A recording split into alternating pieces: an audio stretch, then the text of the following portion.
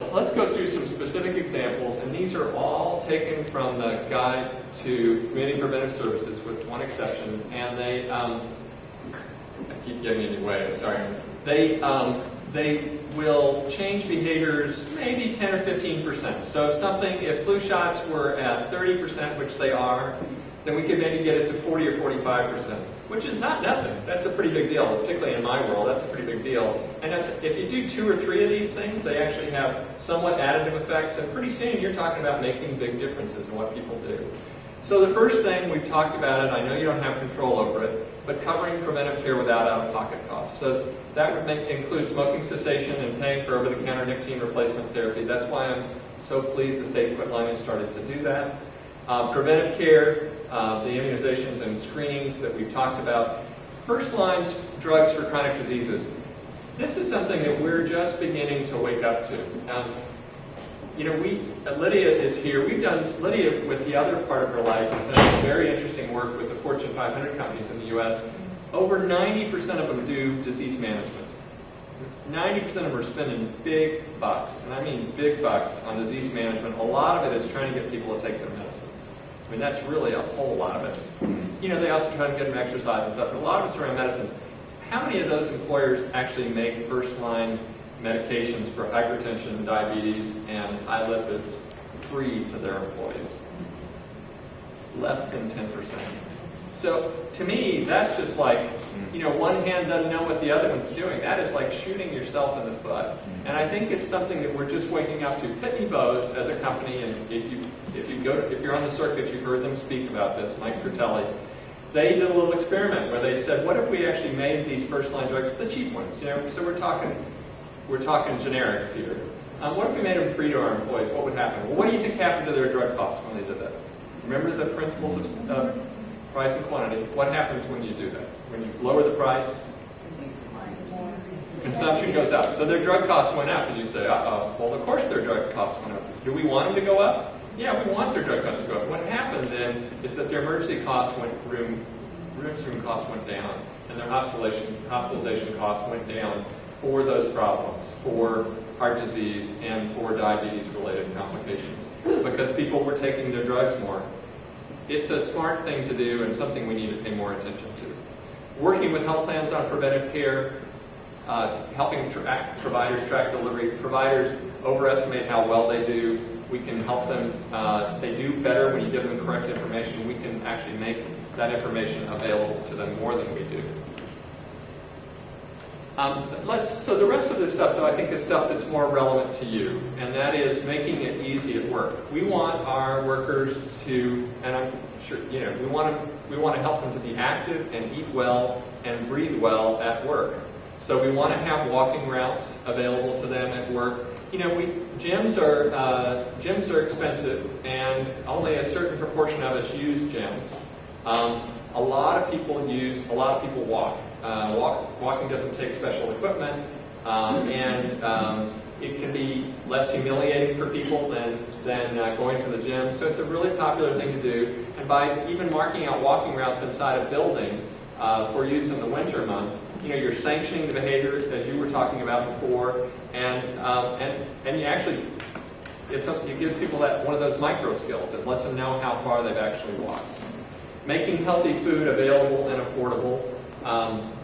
Easier said than done when you're talking about working with your cafeteria vendors and when you're talking about working with your vending machine vendors.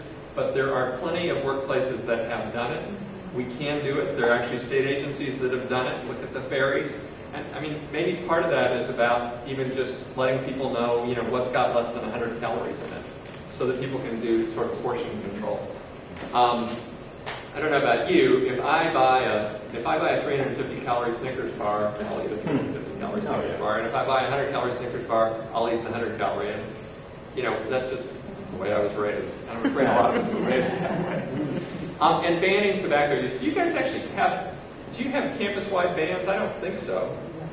And so, what is tobacco? What did secondhand smoke restrictions do? Well, the evidence isn't clear that they actually affect smoking behaviors very much. They affect consumption, but it's not clear they affect quitting. What they do is protect non-smokers from secondhand smoke. And I don't know if you've seen this, but there's just this upwelling of new evidence that it actually is having dramatic effects on heart attacks, that cities that have gone smoke-free are all of a sudden seeing their heart attack rates plummet almost immediately after doing that. So it makes a difference, and we should be thinking about campus-wide bans. We should be thinking about it at the University of Washington. Bringing preventive care to the work site is basically, again, making it easy.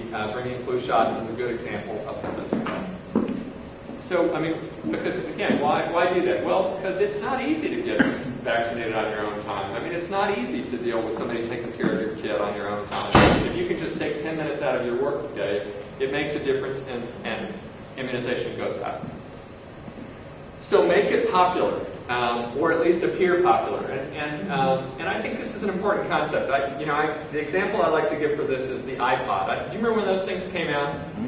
Well, by definition, they weren't popular, right? Because nobody had one. And yet, you couldn't tell it from the buses. I mean, there were these huge signs, these silhouetted, sleek, cool, they were obviously really cool figures, obviously having a wonderful time with these white wires coming out of their ears, and you just kind of had to have one, right? And now we all do. And so I think we need to be trying to go for that same thing when it comes to these behaviors that really aren't so popular, like getting a flu shot, or being physically active.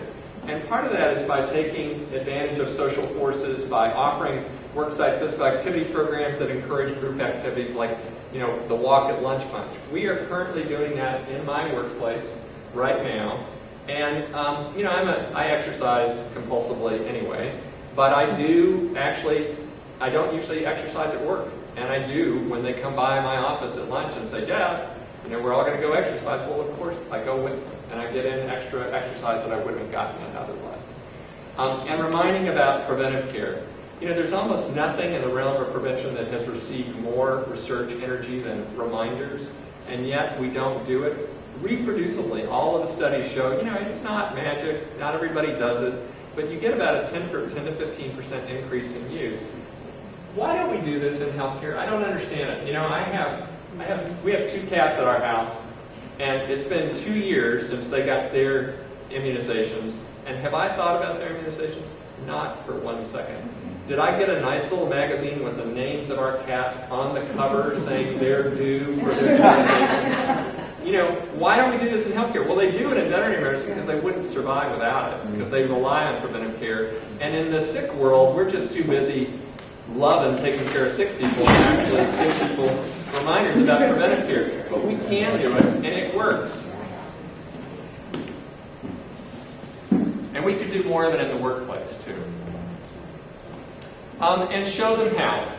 Labeling healthy food choices is a good example of showing them how. The stuff I talked about before, measuring out walking distances or nearby for people to walk. But basically, those micro-level skills, showing people how to keep track so that they know they can keep track on a daily basis. That's how I do it. Otherwise, I lose track. If I don't, and I'm a compulsive guy. I'll admit that. But I do track things like exercise on a daily basis, and it's a system that I've had to evolve for me to sort of keep going on this stuff.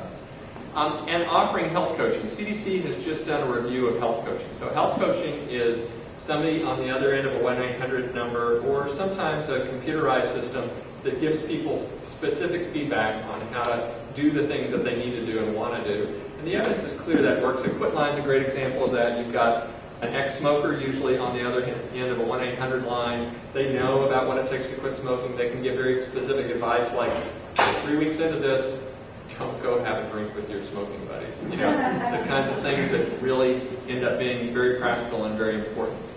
So health coaching works.